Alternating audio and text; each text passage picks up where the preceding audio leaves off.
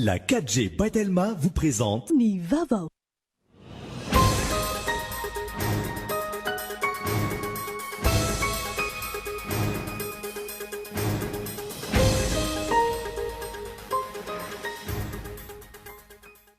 Afa-po tamin'ny matso nataon'ireo mpandray anjara manodidina ny 330 avokoa ny vahoaka tonga teny amin'ny kianjan'ny Mahamasina omaly. Nampientaentana ny rehetra ihany koa ny fisian'ny afomanga izay efa tsy noeritreretin'ny maro.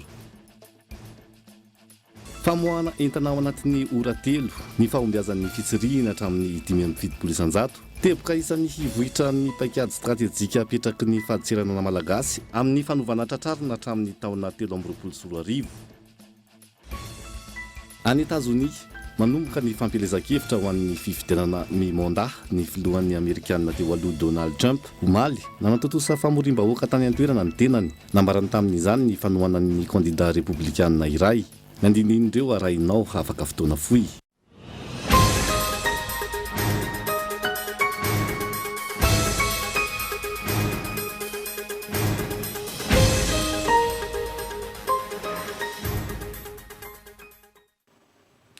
Manatitra ny arahaba tongo klasy tongo vavy tonga soa indray ato anatin'ny fotoanany fampalalam-bavao amin'ity ala ity.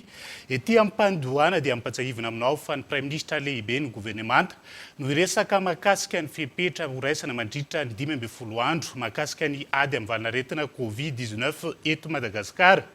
Ho ampitaina eto amin'ny fahitalavitra zany ary tahaka ny mahazatra dia isan'ny resadresaka sy ny famitinana iarahana amin'ny mpamakafaka raharaham-pirenena iray. Vavao mahakasika ny ako ny fanamariana ny faraika ambinipolo taona ny iverena ny fahaleovan'ny tena kosa no anombohana ny fampalalam-bavao amin'ity alina ity. Afa-po tamin'ny matso nataon'ireo mpandray anjara manodidina ny 330 avokoa ny vahoaka tonga teny amin'ny kianjan'ny Mahamasina omaly. Nampientanentana ny rehetra ihany koa ny fisian'ny afomanga izay efa tsy noeritreretin'ny maro. Samy nanana ny nampiavaka azy avokoa ny filatrona nataon'ireo vondron-tafika na ny mandeha ny tongotra. Na ny mampiasa fiara nahitana mpandray anjara manodidina ny 330 teny amin'ny kianjan'ny Mahamasina omaly.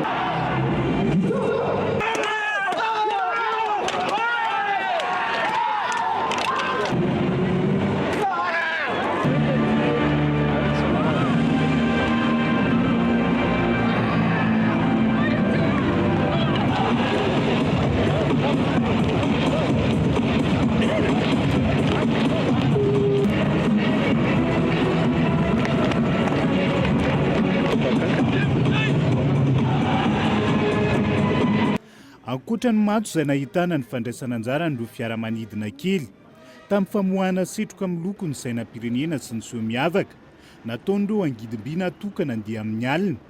Nampientanentana ihany koa ny fisian'ny afomanga izay efa tsy noeritreretin'ny maro.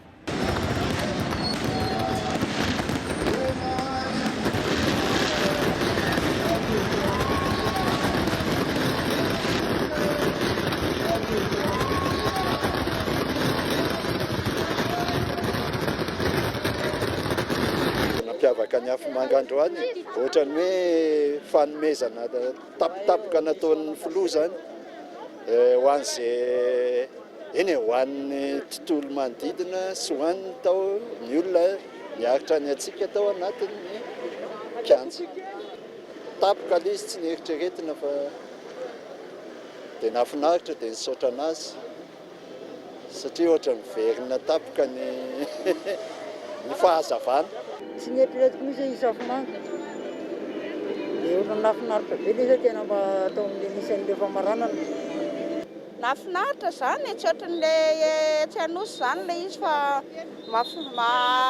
tena niavaka niavaka. Ilay afomanga ilay fidoboka n'ilay izy midoboka voalohany iny dia ilay fidoboka fahaefatra ilay farany. Ankoatr'izay ny soa nataon'ireo mpanakantona nafana ny lanonana sy ny jiro miavaka nandravaka ny kianjan'ny Barea. Ankoatra ny tao anaty kianja, hipokolona araka izany ny teny Mahamasina sy ny manodidina. Nandritra ny fanamariana ny 120 taona ny iverenany Valoovantiny, araka ny lohahevitra malagasy mirahiny, miara-mientana ho an'ny fitiavan-tanindrazana.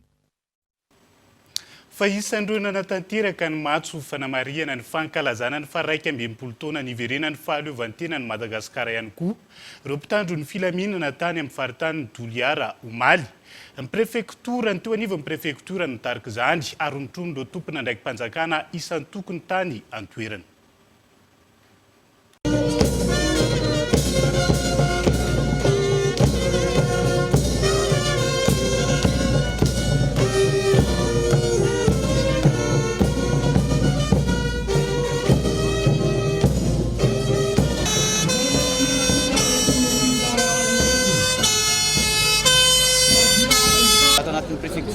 Moa zany no natao ny fankalazana an'ilay fetim-pirenena. Raha ny fahitantsika teo androany igny dia nizotra araky ny tokony izy lamina ary tsy nisy olana zany fa roso inona fa amin'ny taona manaraka ngamba mety mba fa haivaiva ngamba ny resatry ny Covid dia mety ho afaky manao fety aby tsika rehetrarehetra ato anatin'ny prefektura. Lafim-baovao hafa tanteraka kosa indray famoahana entana ao anatin'ny ora 3 ny fahomboazan'ny fitsiriana hatramin'ny 5 amin'ny fitopolo isan-jato teboka isan'ny votra amin'ny paikady stratejika apetraky ny faditseranana malagasy amin'ny fanovana tratrarina hatramin'ny taona 3 hatramin'ny androany handalana ny fahatratrarana ny tanjona amin'ny fampidiram-bola raha ampitaina amin'ny fampidiram-bola ny taona 7 misy elarana John.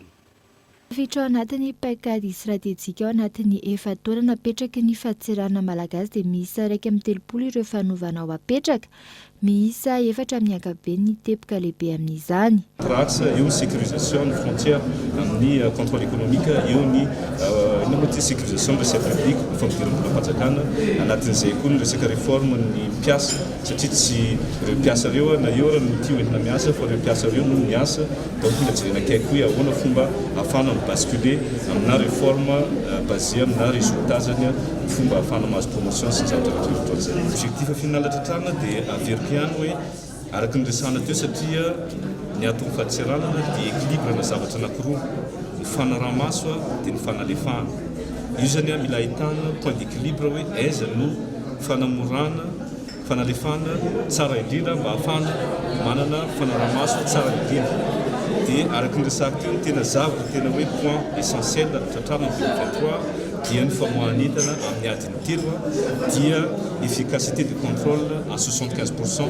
Raha ohatra zany misy entana izay cible ny faditseranana dia 75% taux de réussite hoe confirmer les suspicions napetraka tamin'ny entana.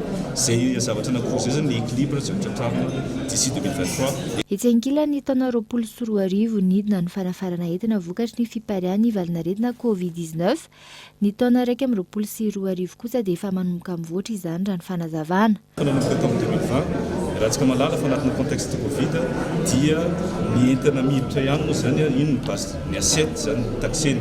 Dia tamin'ny 2020 antsika nidina ny fanafarana entana dia nidina arak'izay koa ny fampidiram-bola. Dia amin'ity taona ity moa zany ankoatra ny contexte na Covid misy koa ny désorganisation ny chaîne logistique internationale zany hoe ny conteneur ohatra lasa niakatra be ny vidiny disponibilité ny conteneur ny olona manao booking na conteneur ela be vao mahazo dia zay zany somary nanakorontana ny fanafarana entana zay miantraika amin'ity fampidiram-bola fa raha ohatra ka ny tanjona araky ny tanjona amin'ny taux de croissance satria raha mametraka antsika hoe 4% taux de croissance dia misy ny volume zany ny andotanisa ny entana zay mifandraika amin'izay dia misy ny recette mifanaraka amin'iny. Raha iny tondrana anazy dia tratra ny tanjona fa raha ohatra hoe tanjona apetraka zany amina taux de croissance zay tsy tratratsika dia lasa tsy mitratra ny tanjona amin'izay. Ka raha ohatra zany hoe amin'ny taux de croissance zay natao amin'ny taona lasa dia mbola tratra foana ny tanjona suivant le taux de croissance zay tratratsika tamin'ny croissance économique tamin'ny taona lasa. nantontanisa raha ny volana aprily 1 dia 1 ny fatratrarany fahatseranana ny tanjona amin'ny fampidiram-bola no tratra raha ampitaina amin'ny fampidiram-bola ny taona 2022. Vaovao makasika ny valinaretina Covid-19 kosa indray. Raha ny antontanisa navoaka Ministeran'ny Fahasalamam-bahoaka makasika ny fivoarana Covid-19 eto Madagasikara. Misy 10 ireo tranga vaovao voamarina ny andron'ny faha-20 ny volana Jona tamin'ny fitiliana 2,9 natao. Ny ampy 12 ireo sitrana nandritra izany raha toka tsy nisy ny ainana fohy. Hatreto mitotaly 5,70 ireo marary anaty fahasarotana manaraka fitsaboana. Dia izay ihany koa no entina misitokely ao anaty dokam-barotra. Azadiny fa aorian'izay no anarahinao ny fanadihadiana makasika ny Europort rafitra napetraka andraisana ny tarainan'ireo tanora eny anivon'ny fiarahamonina. Aorian'izay ihany koa no anarahantsika ny resadresaka ifanaovana amin'ny Prime Ministre lehibe ny gouvernemanta amin'ny valora rehefa avy eo. Mandrapitafa vidividy ary.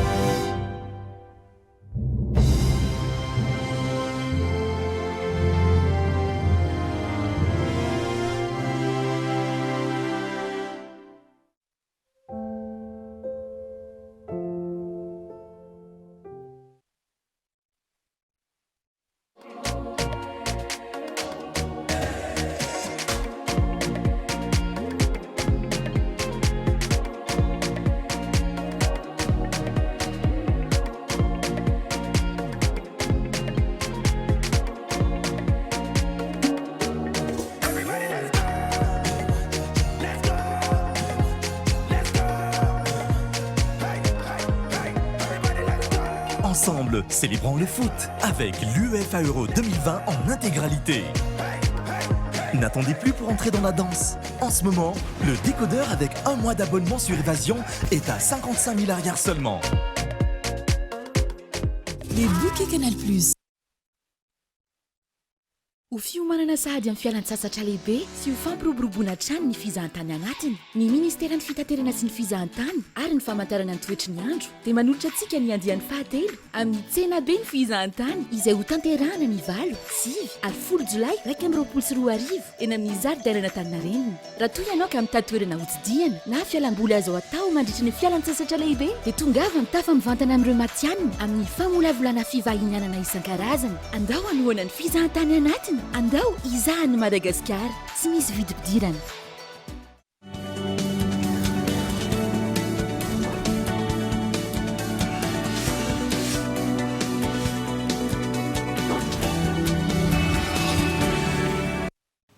anohizana ny fampalalam-bavao amin'ity alina ity miainga avy amin'ny fiainona ny feon'ny tanora no ahafahana mampandray anjara azy ireo amin'ny fampandrosoana entina nomezana sehatra bebe kokoa ny faneho-kevitry ny tanora nampafantarina tamin'ny fomba ofisialy ny zomateo ny fampiasany Madagasikara ny report mianty randrianaivo.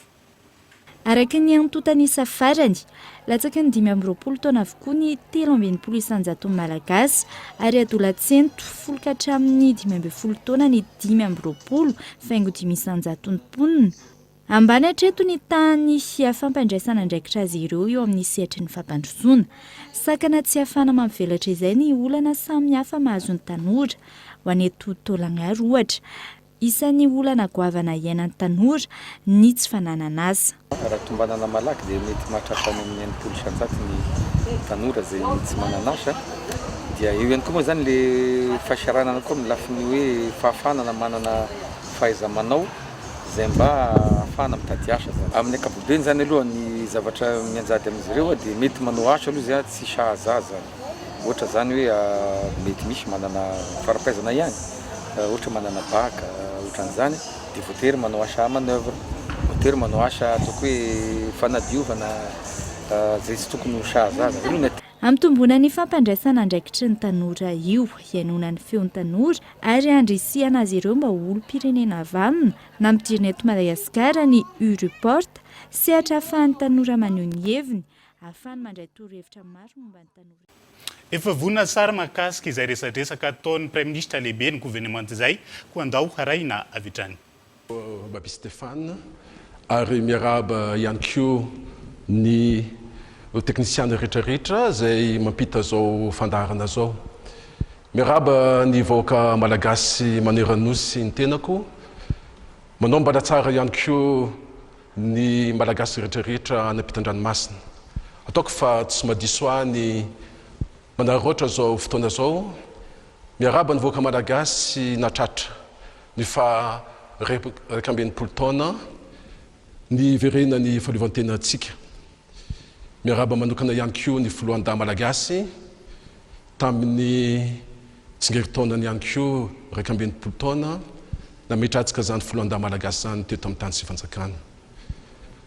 Eto dia isotra sady ny vahoaka malagasy manontolo fa tao anatin'ny famendrena, tao anatin'ny fitoniana nankalazantsika ny faha-20 ny volana jiona tamin'ity taona ity.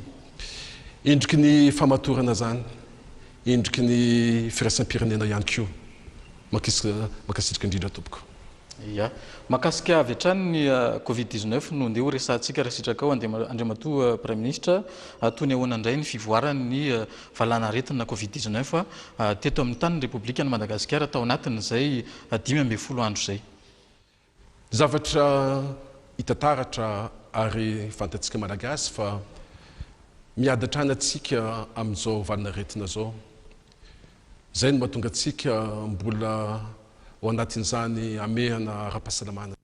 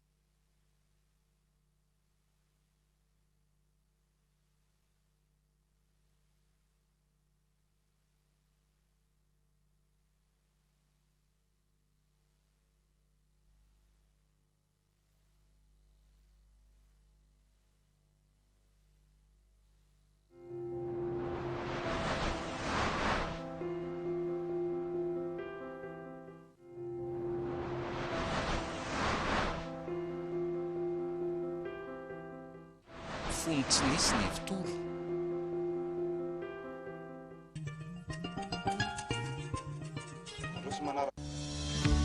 Madagasikara miatrika ny coronavirus, arovo ny tenanao, arovo koa ny hafa. Ireo fety tsy adiny ahafahanao miaritrena sy miarina anao. Voalohany raha vao miditra ny trano aza mikasika na inona na inona. Faharoa esory avy hatrany kiraro esory ihany koa ireo akanjo ivelany. Sasao mirano sy eau de javel ireo lamba avy nanaovana. Fahatelo atoka ny toerana ireo kojakoja toy ny fanalahidy, portefeuille na poketra. Fahaefatra mamonjey avy hatrany toeram-pidiovana ary mandroa amin'ny rano sy savony. Raha mbola tsy afaka mahandro dia manasa tanana aloha. Fahadimy fa vao tsara amin'ny rano sy savony na alkola ny finday na ny sovazy. Madagasikara miatrika ny coronavirus, arovo ny tenanao, arovo koa ny hafa.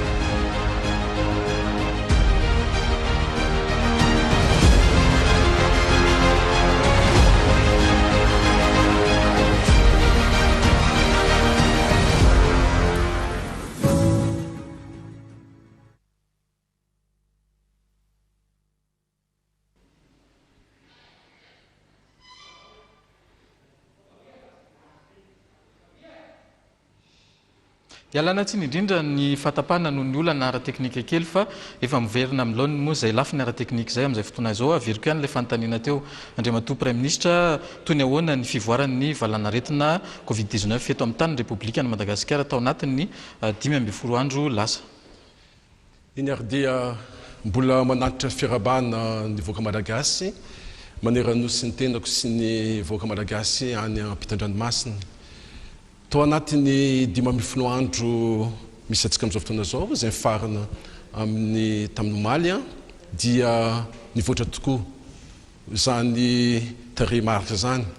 Niena ny antsasany ny tranga vaovao misy eto Madagasikara ary ny olona lava ihany koa tao anatin'izany niena teo amin'ny 100 teo. Ny zavatra ray lehibe izay mbola sarina saina foana mbola misy distrika maromaro izay mbola ahitana tranga vaovao ihany ny amin'izao fotoana izao anatin'izany ny district n'Antananarivo renivohitra, ny Fianarantsoa voalohany, ny Ambohidratrimo, ny ao Ambatondrazaka, ny Antananarivo Avaradrano ary ny Antananarivo Atsimondrano. Ny ministera ny fahasalamam-bahoaka dia hiezaka hatrany hitondra ny vahaolana ary hitondra zay fomba rehetrarehetra ahafahantsika mifehy tanteraka ny fivoarany valinaretina amin'ireo district anakenina voalaza teo. Ya, Andriamatoa Premier Ministre, anisan'ny vaovao niteraka resabe teny anivon'ny fiarahamonina teny tamin'ny herinandro ambony lasiny ny mikasika ny vaksiny Covishield. Ohatran'ny ray tamin'izy ireny ohatra ny fampitam-baovao avy amin'ny masoivon'ny Frantsa miasa sy monina eto Madagasikara fa tsy afaka hiditra any amin'ny zareo ny olona izay natao vaksiny Covishield. Frantsa izay ao anatin'ny vondrona Europiana izay anisan'ny nandrisika ny fitondram-panjakana hiditra ao anatin'ilay atao hoe initiative Covax nafahana napiditra io karazam-vaksiny io teto Madagasikara. Inona zany no fihetsika asetry ny fitondram-panjakana malagasy manoloana ireny resabe samihafa ireny. Zavatra misy aloha dia marina voalazanao. Isika teto Madagasikara dia niditra tokoa ao anatin'ny initiative Covax na ny alliance Covax moa volazan'izany zay ny firenena mikambana no mitantana ny vola ny firenena rehetrarehetra zay mandrotsaka vola ao anatin'izany initiative Covax zany. Tao anatin'izany initiative Covax zany dia anisan'ny vaksiny ny keny eran-tany ary zay no natonga an'ireny masovoy ny firenena maro reny nitsena teny vato ny nandraisantsika ny vaksiny tamin'ny volana Mai ny hoe ao anatin'ny vaksiny ekeny eran-tany ny Covishield. Ny zavatra tsara fantatra aloha dia zao. AstraZeneca dia manana version anankiroa. Version anankiray dia Covishield. Dia version anankiray dia Vax Zevria moa no anarany zay misy amin'izao fotoana zao eran-tany ro vaksiny ro. Ny tiako ambara dia zao ny fandehanana any firenena Europiana na olona tsy vita vaksiny afaka mandehany fa zao kosa misy fepetra maro isan-karazany zay napetraka an'ireo firenena reo anatin'izany firenena voalazanao teo raha andehany ny olona tsy vita vaksiny fa izy ireo ihany no mametraka ihany koa amin'izao antsika miteny zao fa eo andalana ny fijerena ny fampidirana ny Covishield zareo amin'izao fotoana zao. Zany rehetra zany no ilazana fa mivoatra isan'andro ny toedrara eo amin'ny lafin'izany hoe fifehezana ny ady amin'ity valinaretina ty eran-tany. Ankoatran'izay dia ny tiako hamafisina amintsika dia zao. Isika eto Madagasikara dia safidy hiditra ao anatin'ny ezaka zay iombona ny firenena maro eran-tany. Ka zay no ilazako fa tsy misy tokony ampiayay atsika makasika ny vaksiny Covishield ary hitataratra zany amin'izy ireo ihany ny agence européenne de médicament amin'izao fotoana zao miezaka ny mandinika ny fepetra tokony horaisina amin'izany fidirana ana firenena eran-tany indrindrindra firenena Europiana zany. Fa amin'ny ankapobeny hita fa nahalina ny olom-pirenena malagasy ny nanao izany vaksiny zany toy ny ahoana Andriamatoa Premier Ministre ny antotanisa momba ny malagasy vita vaksiny tao anatiny ny andiany voalohany. Ny zavatra misy tokoa marina zany dia raha nanomboka antsika ny campagne de vaccination teto amin'ny firenentsika dia tamin'ny voalohany somary marisarisa ny fandraisana ny olona zany fanaovana vaksiny zany. Kanefa hitantsika taratra ihany koa fa betsaka ny malagasy zay nanaiky natao vaksiny. Mahatratra 197 000 moa ny malagasy zay natao vaksiny raha ohatra ka 250 000 dose no tonga teto amintsika zany dika fa be dibe zany malagasy natao vaccine ary hitataratra eto anatin'izany fa district maromaro eto amintsika de lohalahary natao fanaovana vaccine to anatin'izany teto any Antananarivo renivohitra de tao Antananarivo Atsimondrano ny Antsirabe ny Ambohitra Atrimo ny Toamasina voalohany no Sibe Mahajanga Toamasina faharoa Antsiranana sy Sainte Marie zany no ilazana fa ny vaccine dia lalana anankiray zay afahana miady amin'ny valina retina fa azadiny fa isika eto Madagasikara dia manana ihany koa ny ataoko hoe ny fomba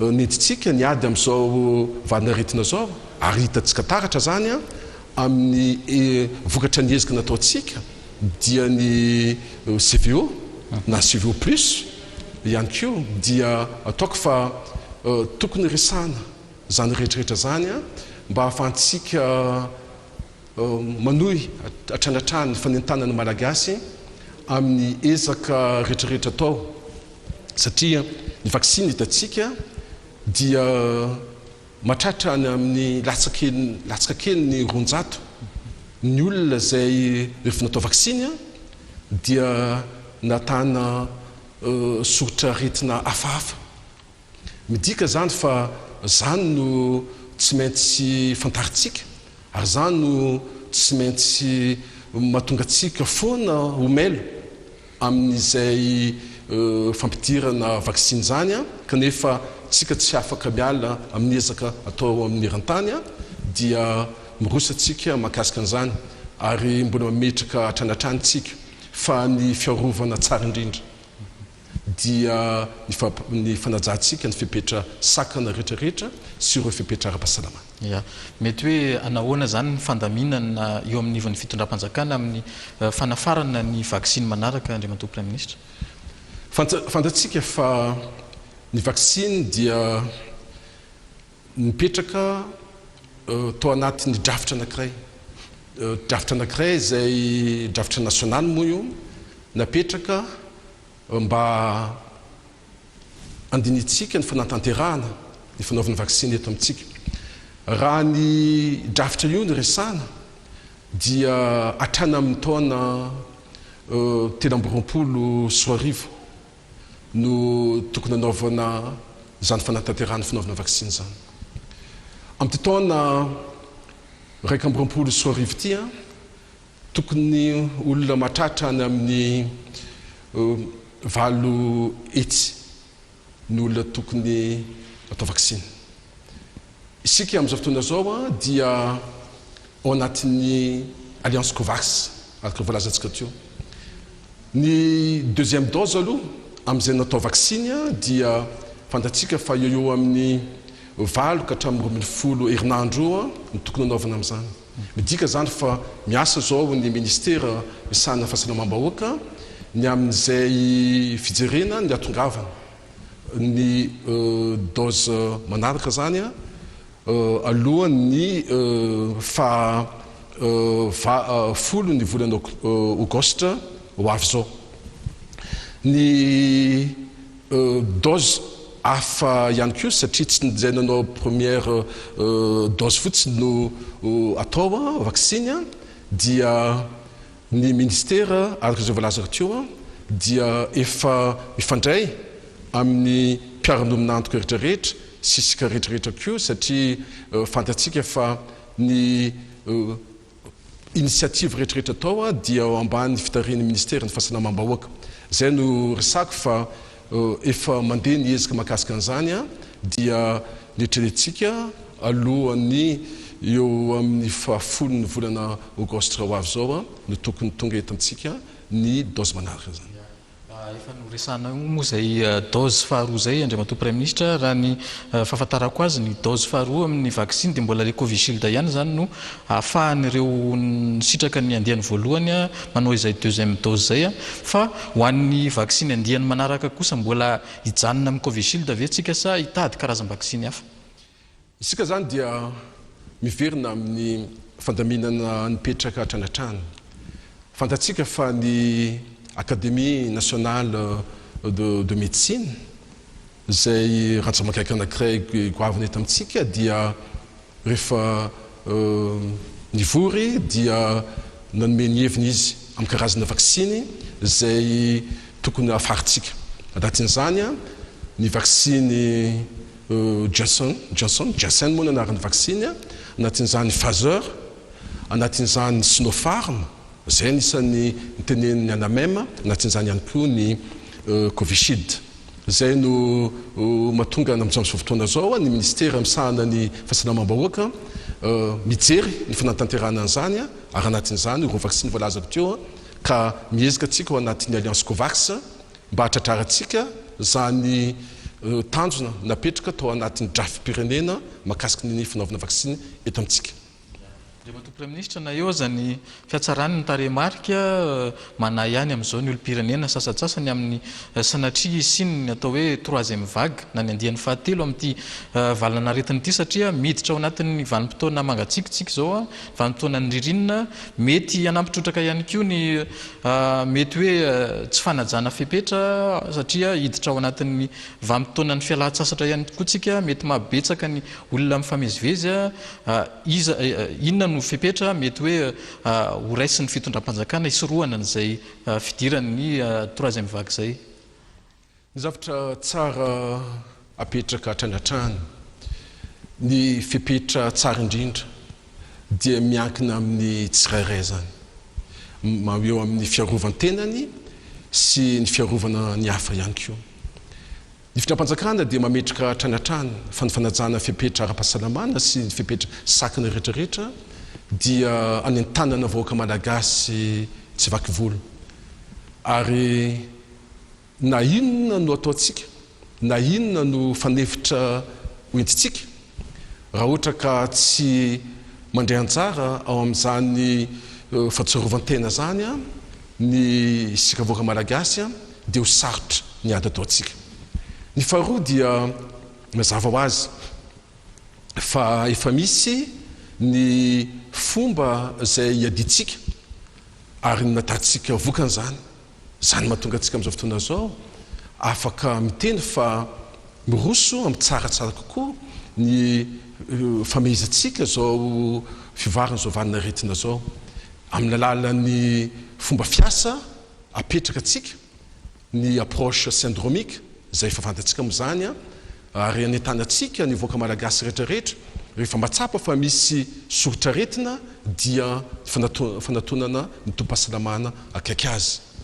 Ny mpitandro filaminana dia manao ezaka be dia be ny amin'izay ahafana mampanjary ny ady ataontsika zay indrindraindrindra ny reny contrôle maro isan-karazany reny fa ny zavatra tiana apetraka fotsiny dia zao ny district rehetrarehetra zay voalazako teo dia tokony mbola ho mail de mail atsika ny amin'izay ahafahantsika mitandrina sy mampanaja reny fepetra rehetrarehetra reny.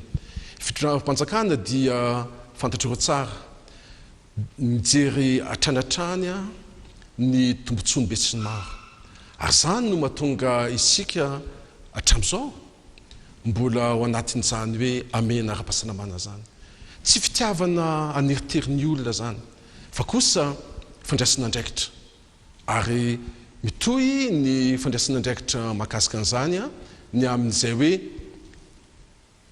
fampanajana ny fepetra ara-pahasalamana rehetrarehetra amin'ny sehatra rehetrarehetra efa manalefaka atsika mba ahafahan'ny olona miaina amin'ny tokony izy kanefa azadino ny firenena rehetrarehetra eran-tany mbola ao anatin'izao ady zao isika ihany koa mbola ao anatin'izao ady zao ka zay no mahatonga anay dia manentana hatrany ny vahoaka malagasy amin'izay fanajana ny fepetra ara-pahasalamana sy ny fepetra sakana rehetrarehetra zay. hiditra amin'ny 5 andro manaraka indray tsika Andriamatoa Prime Ministre, inona avy ireo toromarika sy fepetra ara-pahasalamana izay ampiarina eto amin'ny tany Repoblikan'i Madagasikara atao anatin'ny 5 andro manaraka raha mbola hotazomina izay fomba fiasa izay Andriamatoa Prime Ministre. Marina tokoa fa nandray ny hevitry ny ireo lehibe ny androm-panjakana ny gouvernemanta tamin'ity herinandro ity. Fantatra reo fa manaja ny andiny fa 2.5 lalam-panorenina atsika. Ny amin'izay tokony andraisana ny hevitry ny lehibe ny androm-panjakana dia ny antenimera-pirenena zany, ny antenimera-ndolona zany ary ny fitsarana avo momba ny lalam-panorenana. Rehefa azo ny hevitry izy ireo dia ny filohan'ny Repoblika dia nandray fepetra teo anivon'ny filan-kevitra ny ministra ny amin'izay mbola tokony hitohizana. Anohizantsika ny amena ara-pahasalamana ao anatin'ny 5 andro manaraka zany. Eo amin'ny fepetra ara-pahasalamana dia fantatra reo fa nametraka ny CTC tsika ka akatona daholo ny CTC rehetrarehetra manerana nosy afa-tsy ny CTC 19 etsy amin'ny village voire satria mbola hitatsika fa mbola misy ny tranga vaovao ary afinitra ihany koa ery amin'ny village voire ny PNGM na ny plateforme nationale de gestion médicale izay etsy Mahamasina ary ny COFDATA ny fijerentsika ny atotanisa rehetrarehetra manomboka izao.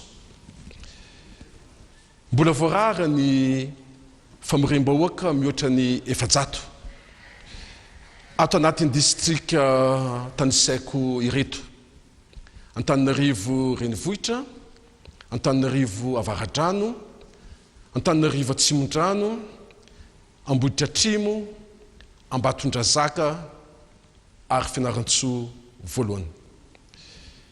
Makasika ny fitondrana ny razana voamarina fa matin'ny Covid-19 dia mbola tsy azo atao na ny mivoaka na ny miditra ny faritra rehetra eto amin'ny nosy. Ny fandevenana dia mbola manaraka ny fipetranapetraka dia tanterahana ny andro niny ihany ary tsy mihoatra ny olona 10 no mandevina. Makasika ny fipetra amin'ny ankapobeny dia mbola mpiarina ny fipetra tsy azo vezivezena amin'ny alina na ny couvre-feu manomboka amin'ny sasakala na imotrytsika ora ray zany izy manomboka izao ary miafarana amin'ny efitra maraina amin'ny reto distrika reto: Antananarivo renivohitra, Antananarivo avaradrano, Antananarivo atsimondrano, Ambohitra atrimo, Ambatondrazaka ary Fianarantsoa. Mbola mikatona ny toeram-pandihizana na ny boîte de nuit amin'reto distrika ireto: Antananarivo renivohitra, Antananarivo avaradrano, Antananarivo atsimondrano, Ambohitra atrimo, Ambatondrazaka ary Fianarantsoa voalohany. Ankoatra ny reto distrika reto izay distrika izay voalazako teo ihany: ny Antananarivo renivohitra, Antananarivo avaradrano, atsimondrano, Ambohitra atrimo, Ambatondrazaka ary Fianarantsoa voalohany, dia azo atao manomboka izao ny mikarakara lanonana ankalamantsana manerana nosy mba hitsinjovana ny mpanakanto. Tsara nefa ny manantitra fa mbola tsy maintsy ajaina ny fitondrana sy ny fanaovana arovava orina dia ny fanajana reny fepetra ara-pahasalamana ireny. Mbola tsy misokatra hatrany sidiny fitaterana olona avy any ivelany afa-tsy ireo sokajin'olona izay efa voafaritry ny filan-kevitry ny ministra. Eo ampandinihana ny fivoaran'ny vaninaretina any ivelany sy eto amintsika ny fitram-panjakana ankehitriny ka ny 5 andro manaraka zao no amaritra ny fanapahan-kevitra ho raisina ny amin'ny fotoana mety ahafahana manokatra indray ny sistany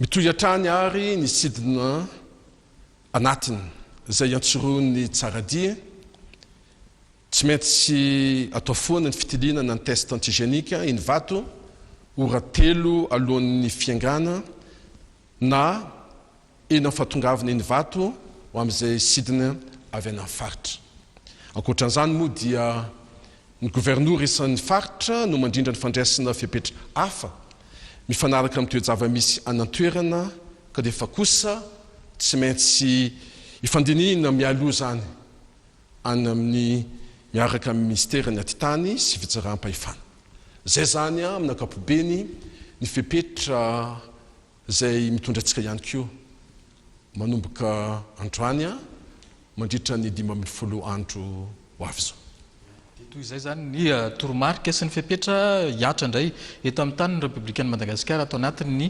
15 andro manaraka tsy ahivoko moa fa anisan'ny nisongadina tamin'izany dia hoe mbola mitoy aloha ny hameana ara-pahasalamana atao anatin'ny 15 andro manaraka moa zany mbola voarara ny famoriam-bahoaka mihoatra ny 700 ho an'ny distrika ny Tananarivo renivohitra, Tananarivo avaratrano, Tananarivo atsimon-drano, distrika ny Ambohidratrimo, Ambatondrazaka ary Fianaratsoa voalohany ary mbola mitoy hiatrany ny miatra hatrany ny couvre-feu any amin'ireo distrika ireo.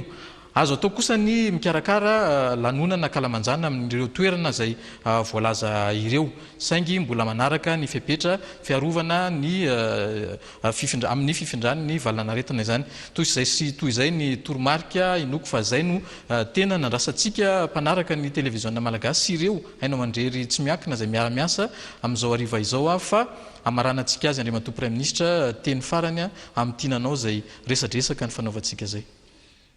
Ny teny hoentiko amaranana zao fandarana zao dia ny fisaorana aloha mpisaoratra anareo eto anivon'ny televiziona malagasy nandray anay zao takariva zao misaotra ihany koa ny voaka malagasy amin'ny fanarana zao fandarana zao ary indrindra mbola mankasitraka tamin'ny famendrena naseho ny voaka malagasy ny fitoniana sy filaminana naseho ny voaka malagasy tamin'ny renivohitry ny faritany rehetrarehetra tamin'ny fankalazantsika ny niverena ny fahaleovantenatsika omaly dia manentana hatrany ny fitram-patjakana mba anajantsika voaka malagasy ny fipetra ara-pahasalamana sy fipetra sakana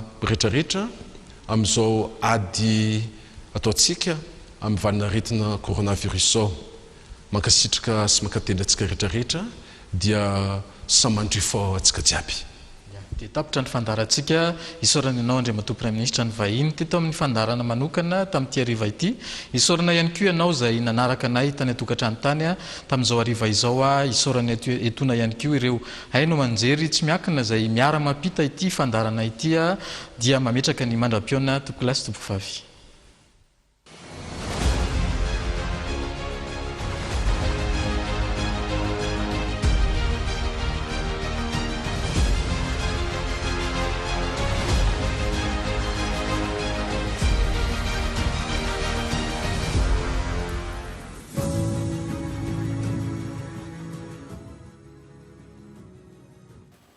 Araka ny fanatsidika tany am-piandohana dia Andriamatoa Randriamalala Eriko mpamaka fakararam-pirenena no hiara-mitana an'izay resadresaka nataony Prime Ministre lehibe ny gouvernemanta mahakasika ny fivoarana ny valanaretina Covid-19 sy ny fipetra ho raisina mandritra ny 15 andro manaraka androany miarabanao ary fanontaniana voalohany apetrako ahoana ny inona ny isan'ny tena teboka ny votra mahakasika an'izay fipetra enti miady ny valanaretina Covid-19 zay ho any 15 andro manaraka raha nambarany Prime Ministre lehibe ny gouvernemanta teo.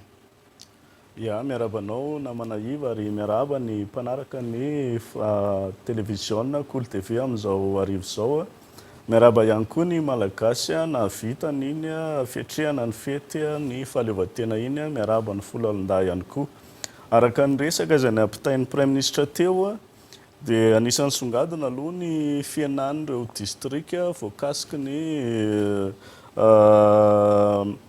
fepetra mahakasika ny mianara-pahasalamana eo ohatra ny distrika ny Ambatondrazaka sy Fianaratsoa raha ivelana Antananarivo manokana ary ny distrika Atsimondrano Avaradrano Antananarivo renivohitra ary Ambohidratrimo mbola voakasiky ny fepetra izay nambaran'ny prime ministre teo. Ny fiamoran'ny couvre-feu ihany koa dia anisany nisongadina tao anatin'izay ary ny fikatoanany sistantsika amin'izao 12 andro manarak'izao any sidina avy any ivelany. Isan'ny tarika resabe ihany koa ny mahakasika ny vaksiny tsy fankasitrahany vondrana Europiana ny vaksiny Covishield nitondra ny fanehoan-kevin'ny prime ministre lehibe ny gouvernemanta nandritra n'iny resadresaka nataony teo iny inona tena isan'ny teboka ny songadina tao anatin'izay. Araka ny nampitain'ny prime ministre teo ihany dia ao anatin'ny alliance Covax sika izay tarihan'ny OMS na ny Organisation mondiale de la santé nagaga sy nataitra ny maro ihany koa iny fanambarany ambasady frantsay iny ary hatramin'izao moa zany dia mbola tsy nahazo valiny avy amin'ny OMS ny fanjakana malagasy nangatam-panazavana ny mahakasika an'izay resaka vaksiny Covishield zay. Araka ny fanazavan'ny prime ministre teo ihany manaiva dia anisan'ny nagaga manokana hoe nanome safidy anankitelo ny Académie nationale de médecine ho an'ny fitondram-panjakana Johnson Johnson dia Pfizer ary ny Covishield izay nagaga moa zany hoe Covishield no nisafidin'ny fitondram-panjakana noraisina izay tsy nazahoantsika fanazavana ihany hatreto hoe naninona ny Covishield. Isan'ny songadina teo ihany koa ny fanomezany prime ministre lehibe ny gouvernemanta ny tany olona vita vaksiny izay nandidina ny 197 000 tamin'ireo 250 000 doses nafarana moa zany no vita vaksiny hatreto izany hoe azo lazaina ho ambony ihany nambarany tao anatin'izay fa ho ataony fanafarana ny deuxième dose amin'ity resaka vaksiny ity rovina moa zany ny tena hoe nisy daty ny songadina teo rovina ary manahoana ihany koa ny dingana ho ataon'ny firenena amin'ny fanafarana an'izay. Ny deuxième dose moa zany raha ampahafantaritsika ny olom-pirenena manaraka an'izao fandarana izao dia ny famerenana indray ny vaksiny ho an'ireo izay efa vita. Izany hoe ireo vita vaksiny teo aloha no hisitraka ny deuxième dose ity ary amin'ny manomboka ny amin'ny 10 volana aogositra ny deuxième dose io. Ny fanafarana ny vaksiny vaovao na hijanona amin'ny Covishield sika dia mbola miankina angambany amin'ny fandinihan'ny fanjakana amin'ity 12 andro manaraka ity indray angambany izay satria tsy nifaritan'ny prime ministre tao anatin'ny famelabelarana izay hoe inona indray ny vaksiny tohizantsika satria manana drafitra tsika hatramin'ny taona 2023 ary manana eritreritra fa olom-pirenena any amin'ny 9 hetsy any no hisitraka an'izany vaksiny atao anatin'ny fiadiana amin'ny Covid zany izay mbola angatantsika fa nampanazavana amin'ny fitondram-panjakana angambany na manaiva hoe inona indray ary ny vaksiny izay tokony mety amintsika raha toka nampisavorovoro ny Covishield.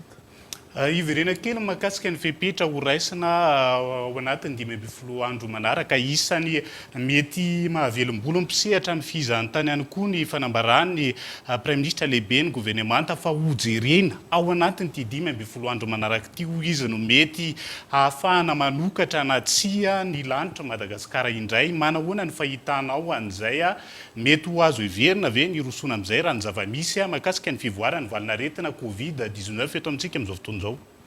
Raha eto Madagasikara manokana moa zany ny atotanisa avoakan'ny Covid dia mahavelom-bolo hoe efa tena moroso any amin'ny fandresenan'ny Covid sika. Na izany na tsy izany aza nefa raha mijery ny fivoarana maneran-tany sika dia ankehitriny mipoitra indray ny variant vaovao variant Delta izay mandripaka ny Australie, Portugal ary firenena maromaro ao Eropa tsara ihany nijerentsika an'izay hoe ahoana ny paikady iatrehany Madagasikara an'izay vary amin'ny vaovao izay raha toka hiditra any amin'ny fisokafana amin'ny sisin-tantsika satria efa tena iarahantsika malala ny fahavoazana teraky ny toe-karena amin'ity valana retin'ity indrindra moa zany eo amin'ny sehatry ny fizahan-tany. Efa natsidika eo any mahakasika an'izay variant delta zay raha ny antotanisa farany eny mahakasika an'iny variant delta iny dia firenena manodidina ny 5.20 hoany no voakasika hatreto ary 700 ny tranga voamarina dia saika ao amin'ireo firenena ao anatin'ny vondrona eropeana avokoa mahakasika izay inona ny fanentanana sikity ao anatin'ny vanim-potoanany atsika tanteraka inona ny fanentanana azo entina sy omena ny pirenena tsiraray amin'ny fanajana ireo fepetra samihafa hitandrona ny fahasalamana ao anatin'izao ady amin'ny valinaretina Covid-19 zao. Na dia eo ireo paikady maro samihafa tahaka ny vaksiny, ny raokandro izay tena naomby be teto amintsika dia tokony hosaintsika mandrakariva fa mbola eo ny valanaretina ary tokony mbola mailo amin'izany tsika tsirairay avy ary tokony mbola naza hatrany ireo fepetra sakana tahaka ny fitondrana arovava orona, ny fanajana ny elanelana sy ny fanasana tanana matetika. Tokony averimberitsika matetika ilay fanentanana satria amin'izao fotoana izao indrindra tao anatin'ireny fety ireny dia somary efa dinon'ny olom-pirenena amin'ny ankabeazany ireny fepetra ireny. Tsara averitsika mandrakariva fa mbola tsy vitany ady amin'ny Covid fa mbola mivoatra hatrany ilay valanaretina Covid-19. Feno dia feno famitinana mahakasika izay fivoaran'ny valinaretina Covid-19 zay sy ny fepetra ho raisina mandritra ny 5 andro manaraka hoety miady an'ity valanaretina ity eto amintsika ankasitrahany ianao Andriamatoa Randriamalala Eriko mpandinika raharaham-pirenena ny vahiny tato anatin'ny fampahalalam-baovao ny fitalavitra kolo tamin'ity ala ity ankasitrahana torak'izay ihany koa ianao nanaraka hatramin'ny faran'ny fampahalalam-baovao veloma tompoko.